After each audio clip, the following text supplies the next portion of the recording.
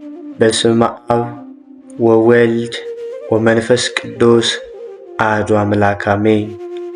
በክርስቶስ ክርስቲያን፣ በወልድ ወልደ እግዚአብሔር፣ በመንፈስ ቅዱስ መንፈሳውያን የተሰኛችሁ ያያሉ የልዑል እግዚአብሔር ቤተሰቦች የእናታችን የቅድስት ድንግል ማርያም የአስራት የበኩራት ልጆች እንኳን ለቅዱስ በዓለ ውልድ በሰላም በጤና ደረሳችሁ። ዝክር ሚዲያችንን ሰብስክራይብ፣ ላይክ እንዲሁም ሼር በማድረግ አገልግሎታችን ለሌሎች እህቶችና ወንድሞች መድረስ ምክንያት እንድትሆኑ ስንል እንዲሁም መንፈሳዊ አገልግሎት ነውና አገልግሎቱን በአንድ ሆነን እንድናገለግል ስንል በትህትና ቃል እናሳስባለን። ዘውትር ሁሌም በዚህ ሰዓት የቤተ ክርስቲያናችን ድርሳናት፣ ገድላት እንዲሁም ስንክሳር የሚነበብበት ስለሆነ ከቅዱሳኑ ረድኤትን፣ በረከትን፣ ድርሳናቸውንና ገድላቸውን በመስማት እንድናገኝ በልዑል እግዚአብሔር ስም እናሳስባለን።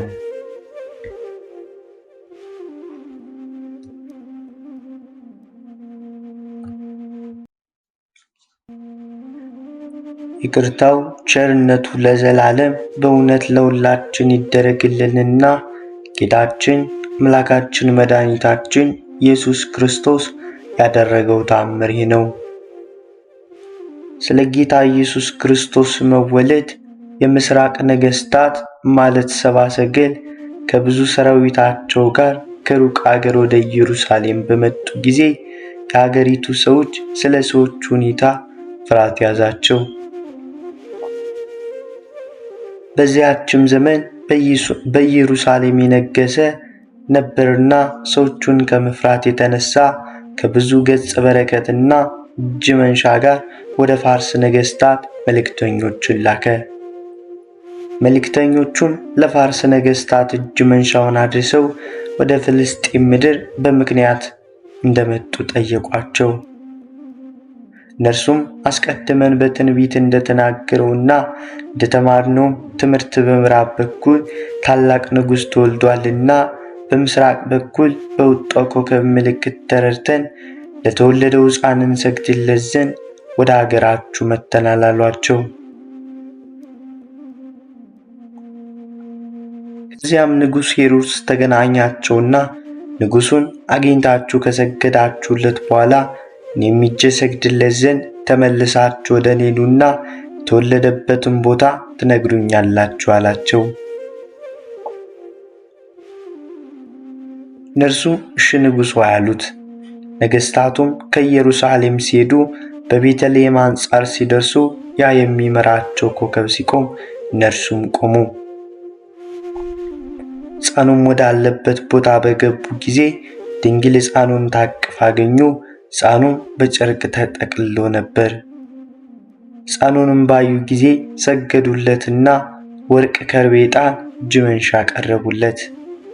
ንግሥቲቱም በወርቅ ልብስ ተጎናጽፋ በቀኝ ትቆማለች ስል የተናገረው የነቢዩ ዳዊት ቃል ይፈጸም ዘንድ ግድ ነውና።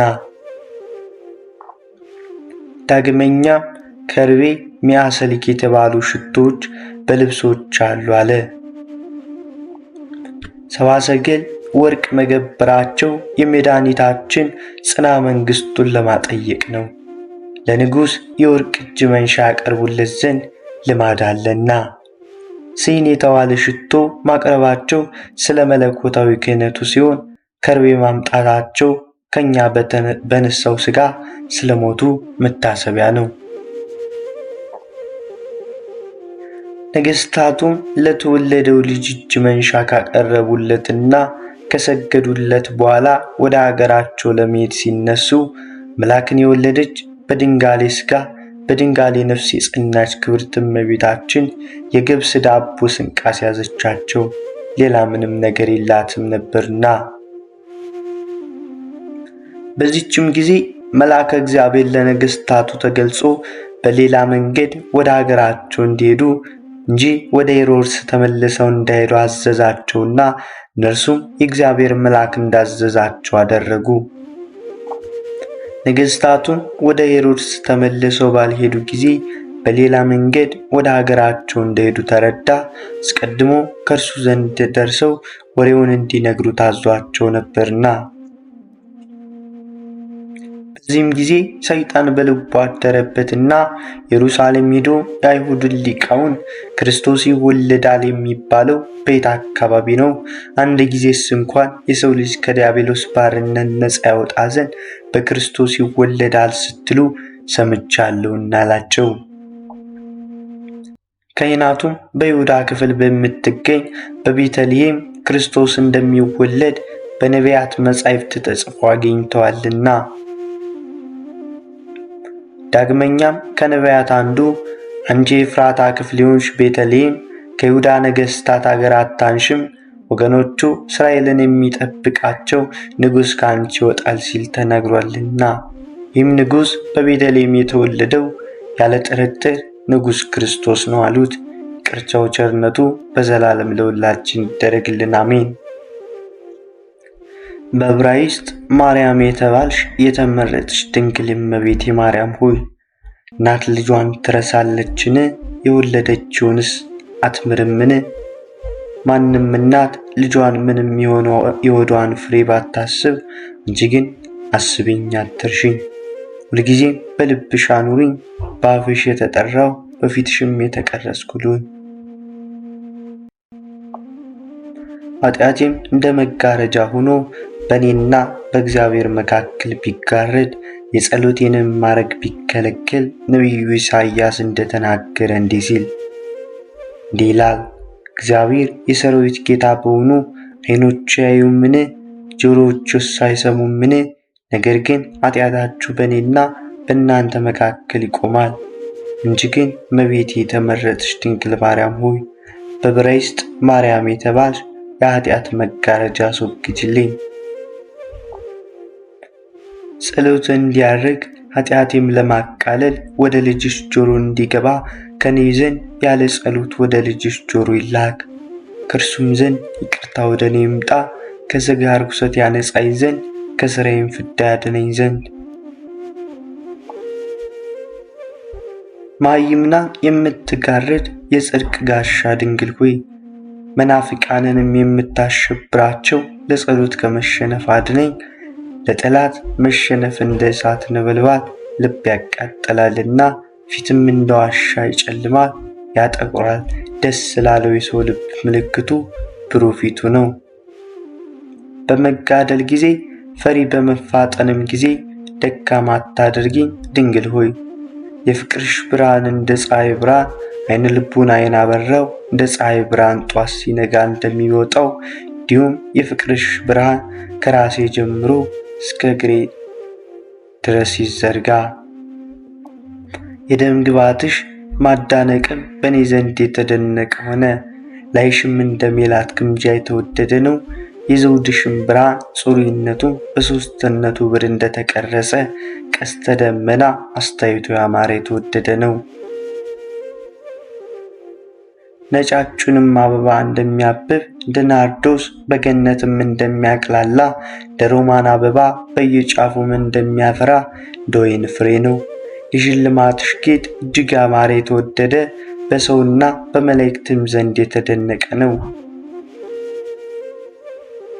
ሙሴና የእስራኤል ልጆች ሁሉ የኤርትራን ባሕር በተሻገሩ ጊዜ ለእግዚአብሔር ምስጋና ዘፈኑ አገለገሉ። እንዲህ ሲሉ ምስጉን እግዚአብሔርን እናመሰግናለን። ዘጸአት 15:1 ላይ እንደተጻፈ። የአሮን እህት ማርያም እርሷም ደግሞ ከእስራኤል ልጆች ጋር ስለ ፈርዖንና ስለ ሰራዊቱ መስጠም የወገኖቿም ልጆች ከባሕር በደህና ስለወጡ ዘፈነች እንዲህ ስትል የእግዚአብሔር ሥራ ይደንቃል፣ ፈረሱንና የሚቀመጠውን ወደ ባሕር ጣለው። ዳዊትም እግዚአብሔርን ስለማመስገን ዘፈነ፣ ከጠርቶታልና ከሳኦልም ምራላለት። ከአቤሴሎም ከልጁ አሳፍና የቆሬ ልጆች ስለ እግዚአብሔር መገዛት ዘፈኑ። ኢሳይያስም ስለ ራሳቸው ትጋት ስብሐተ ፍቁር የወዳጁንም ዘፈን ዘፈነ። ዲቦራም ስለ ሲሳራ ሞት ዘፈነች። ሰሎሞንም ስለ ክርስቶስ ስለ ቤተልሔም ዘፈነ። እኔም ደግሞ ስለ ውዳሴች ራሴን ዘፋኝ አማሪነት አደረግኩ። እግዚአብሔርን ባመሰገንኩ ጊዜ ባንቺ ለስሙ ምስጋና አቀርባለሁ። በስምሽም ጸሎቴን ለልጅሽ አቀረብኩ። ላንቺም በዘፈንኩ ጊዜ ለልጅሽ ዘፈንኩ። በገናዬም መሰንቆዬም አንቺ ነሽና ደስ ብሎኝ ባንቺ እሰኛለሁ፣ ባዝንም ባንቺ እጽናናለሁ። መከራና ችግርም ቢያገኘኝ ወደ አንቺ ጮኻለሁ። የአመፀኛም ምላስ ቢያስከፋኝ ወደ አንቺ እማለላለሁ። ሰውነቴ የወደደችው ነገር ቢኖር አንቺን እለምናለሁ። በመታመን ያሻሁትንና የተመኘሁትንም በአንቺ አገኛለሁና። መታመን ያድናል፣ ሃይማኖትም ያስቀናል። መታመን ያነጻል፣ ሃይማኖትም ያራርቃል። መታመን ተስፋ ያደርጋል፣ ሃይማኖትም ይሰጣል። መታመን ይጀምራል፣ ሃይማኖት ይፈጽማል። መታመን ያጋድላል፣ ሃይማኖት ይጋርዳል።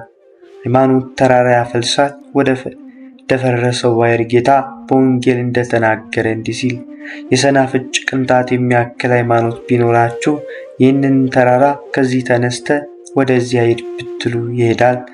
ይህችን ሾላ ከስር ተነቅለሽ ወደ ባሕር ውደቂ ብትሏት እንደተናገራችሁ ይሆናል።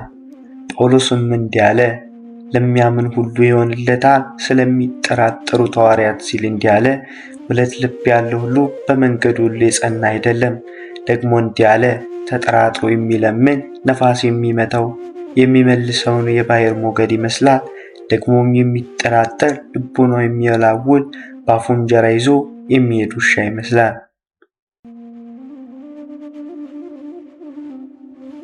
ሁለተኛውም ውሻ ከተከታተለው ሲደነባበሩ ከጥልቅ ባሕር ዳር ደረሱ። ጥላ ውሃንም በውሃ ዳር አየ። እንጀራ ይዞ በውሃ ውስጥ ሌላ ውሻ ያለ መስሎት ያንን የአፉን እንጀራ ትቶ ከውሃ ውስጥ ገባ። ያም የተከለከለው ሁለተኛው ውሻ ያንን እንጀራ ይዞ ሄደ። ያ ግን ከግንባሩ ወጥቶ ያንንም ሁለቱንም አጣ። ያንንም ይህንንም አላገኘም። እንዲሁም እየተጠራጠረ የሚጸልይ ሁሉ ዋጋውን አያገኝም። የጸሎት ዋጋ ለሌላ ሳይጠራጠር ለሚጸልይ ይሆናል እንጂ። ስለዚህም እኔ በጸሎትሽ ለመታመን ተጋው። ድንግል ሆይ የልጅሽ መታመን ከልቦና አይወጣም፣ ፍቅርሽም ከልቦና አይናወጥም። አዳም ችግር ቢያገኝ ባንቺ እታመናለሁ፣ አንቺ በጸሎትሽ እንደምትፈጽሚልኝ። የእመቤታችን የድንግል ማርያም ጸሎቷ በረከቷ በእኛ በሕዝበ ክርስቲያን ላይ አድሮና ጸንቶ ይኑር፣ አሜን።